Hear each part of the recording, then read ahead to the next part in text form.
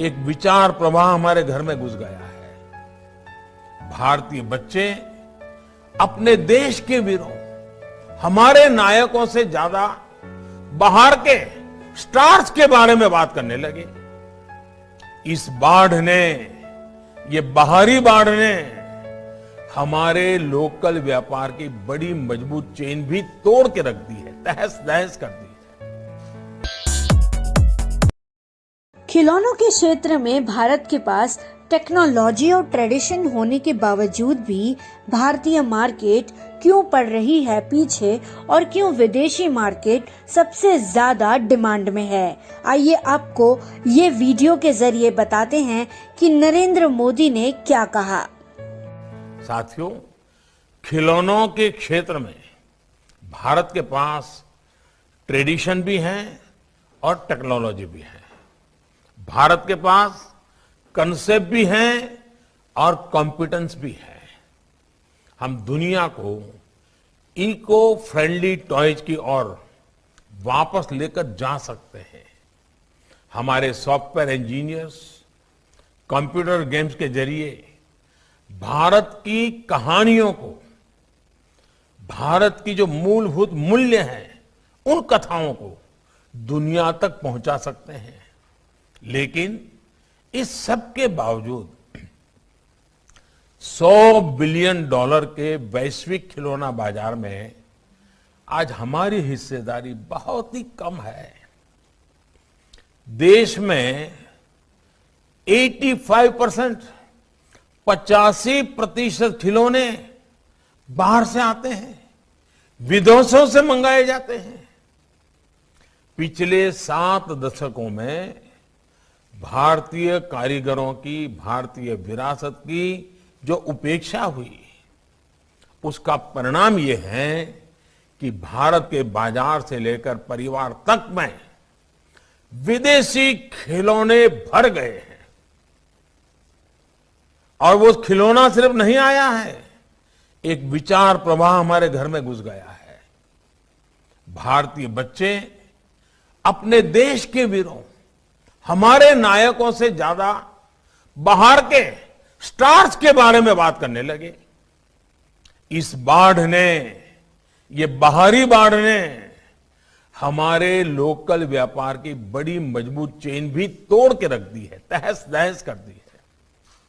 कारीगर अपनी अगली पीढ़ी को अपना हुनर देने से बचने लगे हैं।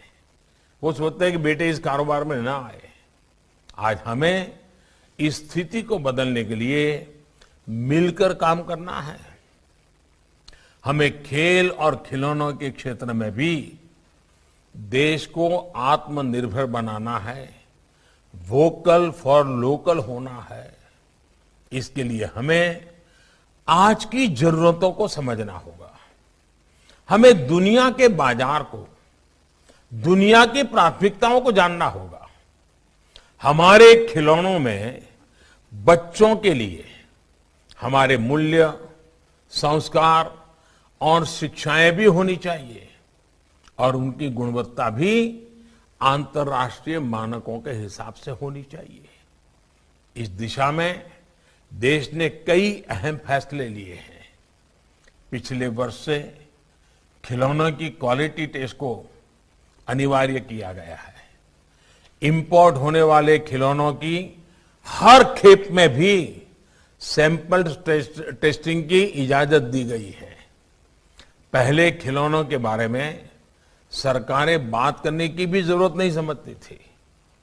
इसे कोई गंभीर विषय नहीं समझा जाता था। लेकिन अब देश ने खिलौना उद्योग को 24 प्रमुख क्षेत्रों में दर्ज किया है, उसका दर्जा दे दिया है। नेशनल टॉय एक्शन प्लान भी तैयार किया गया है। इसमें 15 मंत्रालयों और विभागों को शामिल किया गया है ताकि ये उद्योग कॉम्पिटिटिव बने, देश खिलौनों में आत्मनिर्भर बने और भारत के खिलौने दुनिया में भी जाएं। इस पूरे अभियान में राज्यों को बराबर का भागीदार बनाकर टॉय क्लस्टर विकसित करने का प्रयास किया जा रहा है। इसके साथ ही देश टॉय टूरिज्म की संभावनाओं को भी मजबूत कर रहा है। भारतीय खेलों पर आधारित खिलौनों को प्रमोट करने के लिए देश में टॉयकाथॉन 2021 का आयोजन भी किया गया था।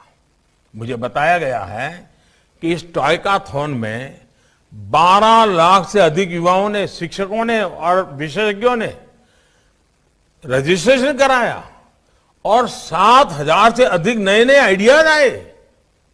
ये दिखाता है कि दशकों की उपेक्षा और कठिनाइयों के बावजूद भारत की प्रतिभा, भारत का हुनर आज भी असाधारण संभावनाओं से भरा हुआ है। जिस तरह भारत ने अतीत में अपने उल्लास से, अपनी ऊर्जा से मानवता के जीवन में रंग घोले थे, वो ऊर्जा आज भी उतनी ही जीवंत है।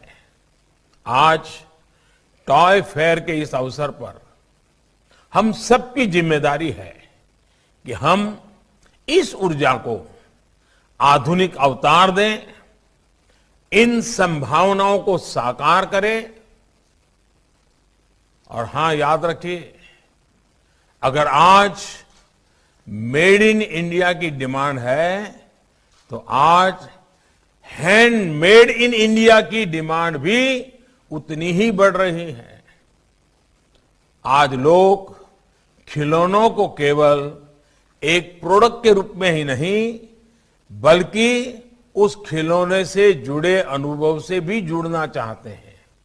इसलिए हैंडमेड इन इंडिया को भी प्रमोट करना है। भारत में खेल क्षेत्र में डिमांड बढ़ाने, आत्मनिर्भर बनने और लोकल टू वोकल का नारा फिर एक बार प्रधानमंत्री ने अपनी प्रतिक्रिया दी है। ये है फैक्ट मीडिया की रिपोर्ट।